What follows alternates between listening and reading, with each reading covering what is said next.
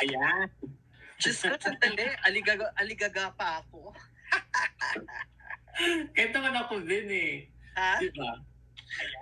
Teka, aliga pa ako. Kasi di ba nag-U-turn na lang ako dahil di ako ating sabi ko, Ayan po mga kaibigan ha, kausap ko yan kanina si Tony around 2:30 dito sa 3:30 sa akin, 2:30 sa kanya. Sabi niya, i-extend mo yung ng isang oras. Bumalik siya sa Riverside kasi alam niya hindi siya aabot. Kasi super traffic na. Kakainis. Kano ba kalayo yan sa inyo? It's 1 hour drive. But, pag walang traffic, 1 hour. Pero pag may traffic, maximum is 2 hours. Yun. Kasi ngayon, 3 o'clock, rush hour. So, mga 5 o'clock nila ako magta-try ulit. So, we have about 2 hours para mag-chika-chika. Yun. Kasi mga picture ko nandito sa kabilang phone, kaya naiinis ako. Anyway, we will survive. We'll just react to things. Asan na? Maglatag ka na. Meron ka ba? Ayun nga, nagsabi lang ako ng konti kung ano masasabi ko dun sa production. Ay sabi ko naman, hindi naman ako na-surprise kasi alam ko naman bongga ang gagawin ni Papa Nawat, di ba? So, I was like ready to wow myself again and again, and at the same time, even though sa tingin ko, just like isa dito na sabi nila kwatsyerong kulit dito, na hindi daw masyadong maganda dahil mas maganda daw last year, which is I said, yeah, that's true. Kasi last year, makikita mo yung mga costume nila, mga elaborately big wings, tapos may mga dala-dala sila mga mahahabang ganyan na halos sakto yung runway, na tipong ganyan. Ako naman, okay na sa akin yung gano'n na this year kasi mas mas nabibigyan nila ng, alam mo na, expressive things yung kanilang representation nila at yung movements, di ba? What about you? For me, production-wise, parang, stage design, sabi ko parang nakulangan ako, parang mas bongga ata yung noon. Although ngayon marami, kasi parang dome, di ba? Marami. So siguro hindi pa nila nilalabas ang todo yung production design ng stage, baka may ibubuga pa yan pagdating ng prelims at pagdating especially ng So, I'm just comparing it MGI versus MGI. Pero in totality, as of now, when I was watching it, na-feel ko na parang Miss Universe pageant na yung pinapanood ko ng Natcos. Correct. Even yung voice-over, ang ganda ng description ng clothes, saka walang mga nakakatawang yung mga sinasabi sa Miss Universe. Kasi ang Miss Universe nag-i-inject ng kaunting nakakatawa. If it's not the Philippines, it's not the ganito. May mga ganun silang hugot.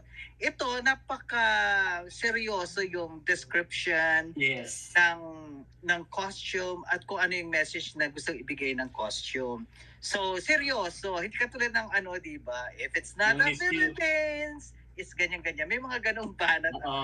Yung host na lalaki. At isang announcer lang yun. Pero actually, almost kuhang ko, talaga na-feel ko talaga na, ano ba ito pinapanood ko? Miss Universe? Sabi ko, grabe talaga ang level ng MGI. Talagang, after 13 years ba, talagang naitaas niya talaga yung caliber niya. And thank God, recently, parang nawawala na yung mga sobrang kikay na mga katulad na parang nakakatawa na over the pagod na execution ng girls. Parang ngayon yung nagiging medyo seryoso na ang mga girls regarding their execution for the national costume. Hindi na parang kikay-kikay lang. Seryoso na ngayon. Parang nagseryoso na sila. Tapos tama ka rin, napansin ko, less extravagant ang mga costumes this time. Less gigantic, except isa lang ata ang nag-achieve ng ganon, which is India. Usually, ang Laos, Vietnam, Sri Lanka, Thailand mga Asian countries. Costa Rica, Paraguay, yan yung Diyos ko halos mapuno. Mga Latina, Lahat ng walis na ata, ng Paraguay, ikinabit na ata sa costume. Di puro walis, di ba? Walis tambo. Puro walis. Nawala na yung ganun. I don't know, sa Miss Universe siguro babalik yon. Pero recently nakita ko nga na nag-tone down yung extravagance ng costume, which I don't mind. Of course, in a national costume competition, I'm looking for 3 things. Number 1, sinabi mo nga, is cultural representation of the country. It might be by food, It might be an event, it may be a historical person, it might be a certain design or monument in that country. So maganda rin naman yung pag nakita mo, ay, alam ko na to, Egypt ito. Pag Mm. kahit walang explanation, maglalakad talagang malalaman mo na Egypt. Ang problema minsan sa Philippine costumes, ang daming hanash, ang daming explanation na Ang daming as if hugot. they don't care. As if they care, they don't care. Kasi tapos na ang i-explain pa natin. Ayoko na i-explain pa. Kasi Mas gusto ko international yung ito eh. labas ka agad kung ano man yun. Oo. Diba? It may be, sabi ko nga, food, historical person, historical event, historical monument, or anything na maganda doon sa country na yun. Like for example, Egypt can represent the pyramids or the Sphinx or the Giza. Siyempre, kagaling ko lang doon. Kaya Diba? nakarelate pa ako. Alam mo. Diba? Sabi ko, nung nakita ko kay Egypt, wow, ang ganda! Sabi ko, Egypt na Egypt. Tapos, yun, katulad na, ano pa ba? So, ang second na hinahanap ko is the costume design. Yung paano na-achieve yun, ano yung mga pasabog. Yung isa doon, yung dragon, merong ibubuga. Anong country ba yun? Ginano niya ilang Indonesia. beses. Indonesia yung walang nangyari. Yung Oo. fireworks doon sa bibig, hindi niya Hindi nahugot. Kasi yung fingers niya, maraming tusok-tusok Maraming yan. habang Hindi ganon. niya ma-shoot, kaya hindi niya ma-open. Dapat na-practice yun at dapat mas madaling hugutin. Hindi ko alam kung hindi niya naabot, pero nag-decide siya na umikot na lang at ituloy niya. Very good decision. Pero because I was watching in our giant TV screen, take note, giant TV screen, kaya nakita ko, ay, may isang ring doon na dapat Oo. i-achieve. Pero kinabitan nila ng tali, hindi niya Hindi pa rin nahugot napatid. ng ayos. Napatid yung tali. Sabi ko, Sabi sayang ko nga naman. sayang eh. It was very nice. Ang delikado lang minsan with fire, kung yung materials na ginamit mo ay combustible, Diyos ko baka sabi ko, Oo. baka Like, sabi ko, sino ba baka yun mag-react last siya. year? Hindi Ikaw kaya, ba yun sa Cosmo o si Vietnam? sabi ko sana hindi combustible yung ano. Kundi magliliyap. Live on fire, di ba? Tapos, yun nga, yung production design. Tapos na uso in one time sa Miss Universe, yung mga maraming hila-hila, may mga karka, may dala kang bahay, mansyon, kalabaw, kung ano. Parang nung umpisa, parang ang ganda. Pero lately, parang OA na. Especially OA na. Malaysia na, Diyos ko, siyang nakatawa ata ng isang altar ba yun na dala niya. Which is, I find it totally nice. I mean, if I'm just watching it. Pero if I'm judging it, di ko i-consider yun as a score. I-consider ko lang kung ano yung suot at kung ano yung nakakabit sa'yo. Hindi ko idagdagdag yung mga dala mong diorama at kung ano-ano dyan. I will not consider it in judging. Kasi ang gusto ko, nakakabit sa'yo. Which happened also with Vietnam ba yun na parang may box tapos bumukas, but it's still part of the gown. So yun, maganda yun. I-consider ko yun. Ano pa ba? Tapos yung kay India, na ang ganda-ganda rin naman, very in grande, talaga nag-effort siya. My God, by land travel, kaya mura. Pwedeng i-track. Pwede siyang i-track, hindi not necessarily airplane, kaya pwede. Ang di ko lang gusto yung pugot na ulo ni Nawat doon. Ano yung Sa itlog. Pinugutan siya ng ulo. Sabi ko, Oo. ang pangit tong kasi sa mga horror movies, usually pag yung mga kalaban mo, either Game of Thrones, di ba yung ulo pinupugutan, nilalagay sa platter, tapos Okay na sana yung itlog eh. Na meron parang caption doon na ninawat-nawat. Nawat is the king of Miss Grand International That's whatever. fine. Pero Nung tinanggal yung tinanggal, tapos may, can somebody explain to me kung anong relevance doon? Kasi ako, I find it horrific. Parang nagalit bang India, pinugutan ng ulo si Nawat at ilagay doon? Parang pangit ata yung yung message. So, if somebody there understand what's happening, can you explain it to me kung ano bang relevance ng pugot na ulo ni Nawat sa itlog? So, in the case of India, kung ako yung mag-i-score, hindi ko isasama yung kanyang card. Yung kung ano lang yung suot niya, but it's still fine. It's still okay.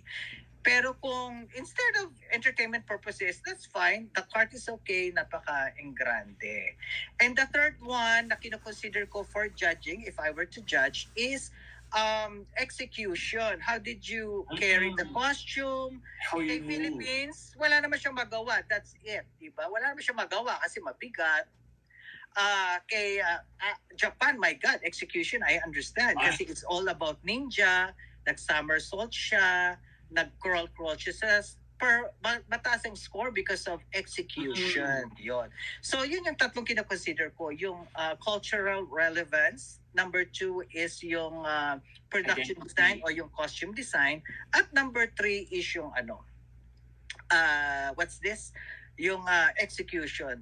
And for me, mamaya ko na sabihin yung aking for me, yung overall na winner ko, yung overall, I would consider na bibigyan ko ng 10. I will say that later bago tayo matapos. So, isa-isahin natin, I guess, yung mga gusto natin at yung mga dapat pansinin natin for the costume. Let's give recognition which is due kung sino yung mga nag-perform. Winner mo na, if you were the judge at sasabihin sino ang number 1, i-reserve mo muna. So sa akin is, I like Mexico kasi ginawa na naman nila yung mga Katrina. Kasi I really love the culture of Mexico at malapit na naman, no, October 30 to November 1, lalabas na naman yung mga, Muerto Diaz ba yun? Or The Story of the Dead na mga bungo-bungo na colorful. I really love. Saka ngayon i-achieve ko, pupunta ako sa sementeryo at magbablog ako doon. I-achieve ko yan. Kasi ang ganda talaga. Napakaganda ng culture. It is the time na ang mga patay nila ay pwedeng bumalik sa lupa to be in spirit among the family. At kailangan maghanda ka at may makain sila. Kasi pag hindi ka nag-alay or ng mga picture, they will disappear. The spirits will disappear. Kaya kailangan mag-alay sila ng food, mag-alay sila ng altar, that they are still recognized, naaalala pa sila. If they don't do that, the spirits disappear at mawawala na sila forever. Kaya I love the Mexican culture for that. Next one I really like is yung Thailand. Ang ganda ng execution. Ang ganda ng costume.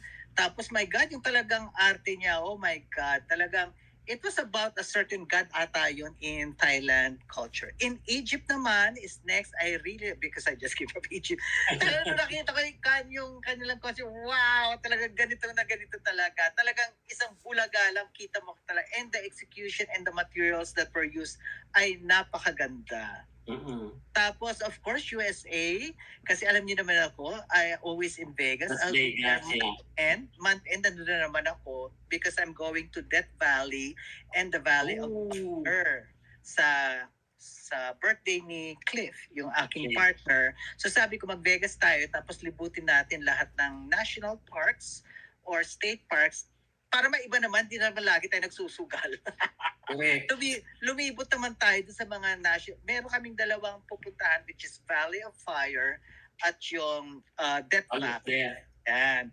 Tapos nagustuhan ko siya kasi USA, tapos of course, entertainment capital of the world, City of Lights. Pero alam ko City of Lights is a name for Paris. Pero nakita ko yung sign, na-touch ako. Vegas. Yung sign. Kaya naalala ko, and I really love Vegas. Ang ganda ng Vegas talaga. It's like an adult playground. Yun. Kaya nag-register kagad sa akin yung USA, tapos yung mga dancers na girls na maraming mga pakpak na yung ibang topless pa di ba? So, yun na nakita ko talaga, it represented the United States. Next one is yung UK na fish and chips. I like that because nung pumunta kami ng London, sabi ko we have to try the fish and chips kasi yung partner ko, American food lang yan or Mexican food at hindi na kumakain ng kung anumang food yan. So, nung trinay namin, iba talaga. Sarap talaga. Tapos kumain lang kami doon sa maliit na mom and pop restaurant. Hindi yung mamahalin. Ang sarap. Tapos, nakatatlong punta kami ata doon araw-araw. Sawa. Napakamura, napakasarap talaga. British ka talaga pag kumain ka doon. Tapos, of course, yung kay Indonesia, yan ba yung hindi nag-apoy? Hindi nag-apoy. Of course, yung pink iguana was very nice. Yeah. Yung India, ang comment ko lang, if I were to judge, hindi ko isasama yung kanyang cart. Pero if I were as a viewer o nanonood lang ako, I find it impressive. But I cannot give it a big score for me or to choose it as my, although engrande siya, pinaka-engrande siya sa lahat. Tapos hindi ko lang gusto yung ulo na pugot kasi it reminds me of horror movies. Diba? Pinupugutan ng ulo at yung mga war movies, tapos nilalagay yung ulo mo, yung kalaban mo, tapos siniserve doon sa emperor na nagwagi, siniserve niya, tapos pag ganun yung ulo. Ay, sabi ko, if anybody of you merong explanation for that, paki-explain. Yeah. So now we go to the end. Sino sa'yo ang pinaka most outstanding given the opportunity to judge? Sino ang papanalunin mo? So ang aking factors kinukonsider is yung cultural representation, yung production design ng costume, and execution. I have to see all three sa isang contestant. Yun ang akin. So, who is your ano ba? Ready ka na ba? Oo. Ako naman ganoon din ang sa akin eh. Just like what I said earlier, yung identity, yung cultural significance nung suot-suot ni girl, at yung execution, pati with the total of yung kanyang yung pagkakadesign, kung anong hitsura. Diba? I have two na nag-top 2 sa akin is si Japan at saka si UK. Okay. So kanina, iniisip ko na si Japan ang for me is the best or something. And then a little while ago before we start, nagbago yung yung decision ko if I would be to judge na kung talagang sino yung may cultural balance na makikita mo na siya yon, maganda yung execution at kumain pa talaga siya dun sa stage, di ba? And then yung suot niyang costume is very maganda, pulido pagkakagawa. And that being said, nasabi ko kumain pa, alam naman ninyo siguro kung sino kumain sa stage, wala nang iba kundi si UK. Fish and chips. Ano ba kinakain? Fish and chips. Talaga yun. Oo, may dardar siyang... Alam ko kumakain siya. Oo, 2 beses pa. Tuwa nga ako sa kanya. Sabi ko, ayun. Kaya hindi ko naman pinili si Japan just for the defense of her. Execution lang naman siya. Magaling, oo. Yung cover sa face, na-get ko yun. Pero yung suit niya is not so very hindi media. Hindi very media. Nalito nga ako nung una. Sabi ko, ano bang gagawin niya? Bakit cherry blossom? Okay, naintindihan ko. Tapos, bigla nag-ninja. Kung sana ninja ang outfit niya, di okay sana. Yung ninja na outfit. That's true. Okay, sa akin naman is Thailand. Diyos ko, naloka ako. Pumalakpak talaga ako nung nakita ko siya. Kasi of course, it represents the culture itself. Yes. Ang ganda ng production design, ng costume design. Gumagalaw, napakalapad, napakakulay, merong surprise factor. Lahat ng ikakapanalo ng isang costume meron siya. At grabe si Gotcha Bell, Andy Chase. Ang ganda ng execution. My God, talagang para siya yung mga dancers na napanood ko noon sa Bangkok, yung may mga maskara. Ang ganda. So for me, ang overall winner ko is si Thailand. Yun. Mag-comment naman tayo sa Philippines. Ano naman masasabi mo sa costume naman ng Philippines after we've chosen everybody else? So ikaw muna mag-comment. Ang sa akin yung Philippines was well executed. Di naman siya makagalaw because of the costume itself. Ang sa akin okay lang, naitawid at pasado naman. Hindi nakakahiya, hindi yung ay ano yan. Tama lang siya. Tama lang at maganda naman 'yan because it adds more to the consistency of Emma Tiglau's performance na hindi siya bumababa. Hindi siya bumababa ang performance niya, ang kanyang hanggat every category pumapasok si Emma Tiglao. So that was very nice in terms of color. Yun lang. Basta it's okay. It's okay by me. It was a good representation. I like it. I like it but nahirapan ako ipasok siya sa top 10 but napakagandang representation. Hindi naman tayo napahiya. And execution-wise, what can she do? Napakabigat. So, that's the most. Yung arms na lang na gaganong-ganon ang pwede niyang gawin. Pero I'm so happy. Very artistic, maganda. At ang kulay. Ang sarap ng kulay blue. it represents moonlight or something. I think the goddess of moon ata yun. Mm-mm. So, I'm happy with it. Happy naman ako. At least hindi naman siya napag-iwanan. Yon. What about you? Ako naman with Philippines with Emma Tiglao, sa top 20 ko siya. Mhm. Nahirapan din ako kasi first and foremost, parang feeling ko marami kasi tayong marami tayong mga myth and stories regarding like mga those things like yan si Mariah na yan. Maria ba yun? Mariah yun. Mariah Carey? Parang goddess of moon or something sa Pampanga specifically. Diba? Kung ang kanyang inilabas dyan is lantern na galing sa Pampanga, that'd be great. Kasi tayo, sa Philippines, maaga tayo nagse-celebrate ng Christmas. And Christmas represents the Christmas lantern. Sa Pampanga, merong... At na nila, nagsawa na sila sa lantern. Well, then, hindi rin to pwede nga nilang ilabas yun kasi may mga... Sabi nga ni Lakwacharan ulit, bakit naman hindi sisig? Tama rin. Paano ba execute yun, Lakwacharan ulit? Sige. Diba? Pakita mo sa akin paano mo execute ang sisig on stage at paano magiging exciting ang sisig. Ay, magko-costume ka ng, ng baboy. Headdress ng baboy.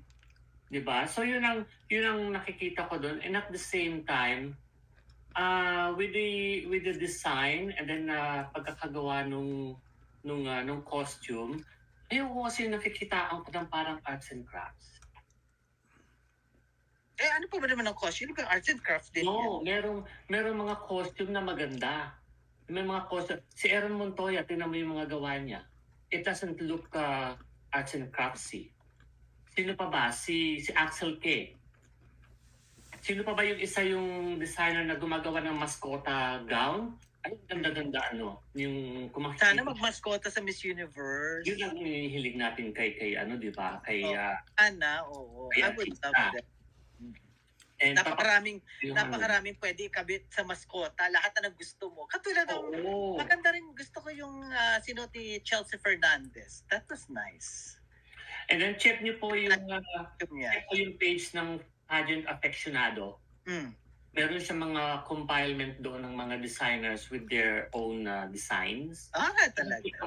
Makikita mo yung difference ng design at saka atake. Yung oo. Makikita mo yung maiintindihan mo kung ano yung sinasabi ko about those parang artsy and craftsy and dating. Unlike dun sa ginawa ng mga real design like sina Axel K, sina Aaron Montoya, pulido at maganda. Diba? So yun lang yung ko doon, yun lang dun ng ayaw ko. Kasi, I don't know, it's just me maybe. Sorry. It's just you. Diba? So, you. Punta naman tayo sa ating mga komento publiko dyan at baka mamaya nagtatampo na yan. Nagwawala na. Nagagalit. Nagwawala na. With that. Yes, Mars, nag-struggle si Indonesia. I feel bad for her actually. Hindi umapoy yung kanyang dragon. Marami siyang beses nag-attempt. Mga 3 times ata. Talaga, ayaw na, wala na, magpa-perform na ako. Sayang. Ano sa inyo sa AI voice over ng MGI Natco? AI ba yon? Ganda. Maganda kung ganun. Akala ko nga kinuha nila yung tao sa Miss Universe eh. That's good. Diba? Hello, Pequeña Ramorito, 23-7 CM. Yes, Brazil is good. Diba? So, we're on the last leg, mga kaibigan. Thank you so much. And naka-1 oras na tayo. Diba? Matutulog na kami. Matutulog na kami maya. And don't forget to click like po yung ating live for today. And for those who are new in this channel, please do subscribe my channel. And thank you so much again. And until next time, prelims na po ang susunod. And Philippines, mag-ingat po tayo. Be aware dahil hindi po tumitigil ang lindol. And Happy Thanksgiving, Canada! Okay lang ba yun? Ayun. Bakit nandiyan ka? Hindi ka naghahain? Or may makikikain ka ba mamaya? Hindi, meron kaming sariling amin. Charot. Kayo lang dalawa? 3 kami. Meron kaming may bisita kami today na meron kaming threesome yan threesome. 3. Hindi, babae. Ano ka ba? Ay, yeah. Basta ka. Iyak. Papaitan, yak. Oh, eto muna. Sabi ni Nicole, what do you think mananalo ba si Emma kung ngayon ang coronation? Yes, every day. Yes, every day. Oo. Fan ako. I'm talking about Emma as a fan. Yes, every day. Everyday lumalaban siya. Complete Pero, package. Diyos ko, talagang Yeah. package. Yes. and who do you think would be her first runner-up? Who would you like to be? Venezuela. Ako din. Siguro sila ang top 2. Last 2, top 2. Ang top 5 ko is si Emma, Venezuela, UK, Thailand, Indonesia. That 5, Thailand, yes. Indonesia, yes. UK, hindi si Czech Republic. it depends na rin. Nakas, Si lahat Ghana lang ginagawa. Si Buti nilang, Ghana, Czech Republic, nasa top 10 ko na yung mga yan. buti lang si That's all now. Czech Republic, tamad. Hindi lumalaban yung, kahit nga tamad nga siya, ang ganda-ganda, nakakabwisit. Yung tatayo lang siya doon, talagang ang lakas. Eh kung nag-effort pa yan, nagkikay-kikay pa yan, patay tayong lahat. Diyos ko.